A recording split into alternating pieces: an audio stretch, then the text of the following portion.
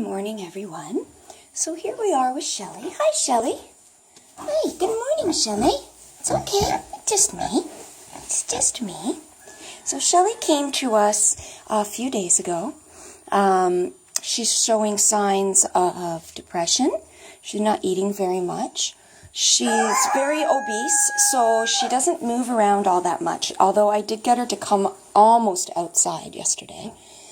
Some people still don't understand how absolutely intelligent these guys are, and with that intelligence comes a broad range of emotion.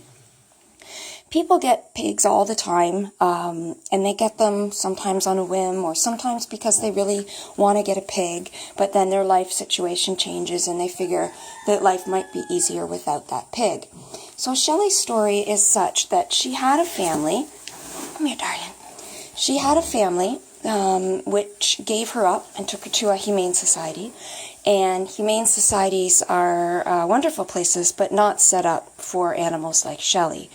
The reason that they gave when the owner surrendered her was that they have too many animals. So they already had another pig and obviously other animals. And Shelly was an indoor pig, so she didn't go outside. And then she went to the Humane Society where she sat in a dog kennel for 6 months. She did have access to a piece of grass, but that was about it. And of course they did everything that they possibly could to take care of her, but they're just not set up for animals like Shelly. So Shelly came here because she needed to get out of that place, and we had thought that maybe we would take her in and then adopt her out again. I have a really bad track record for adopting animals out or fostering, and the reason is because once they come here, I see how broken they are, and even if they had a relatively good life before, they come broken because they've lost everything that they know. Pigs form extremely strong bonds with their humans and with their other herd members. And when they're torn out of a situation where they lose their home and their family, they're moved, it really, really plays a hard toll on them.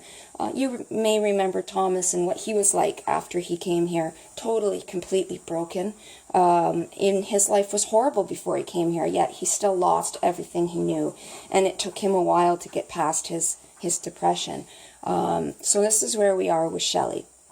So if anybody out there is watching this and they have a pig or they're thinking of getting a pig, I want you to remember this statistic, 97%. And what that statistic means is that 97% of people that get pigs rehome them. Only an extremely small amount, 3 to 5% of pigs stay in their original homes. Think of pigs more like children, and how it would be like a toddler. They say what pigs are as smart as a 3 to 5-year-old child. So think about moving a child, getting them their babyhood one place, getting them to trust one place and learn one place. And then one day just picking them up, moving them into an entirely new situation. And then maybe moving them again. And then even again. So I want everybody to think very carefully when you have a problem with your pig.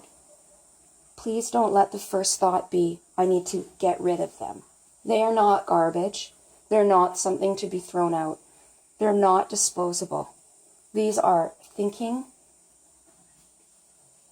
feeling, loving, intelligent, sentient animals, very much like us, who crave affection and comfort and stability, just like us. And when we rip that out from underneath them, for whatever reason, they suffer. Please, if you're thinking of getting a pig, do your research. Plan on keeping that pig for 15 to 20 years, no matter what. Ensure you have a vet in your area that will care for a potbelly pig, and if not, that you're willing to drive 3, 4, 5 hours to get to one. Figure out how you're going to move a 200-pound pig into the car if you need to. Is your city zoned to have pigs like Shelly? Are you ready to move a pig with you when you move? How about when you have kids?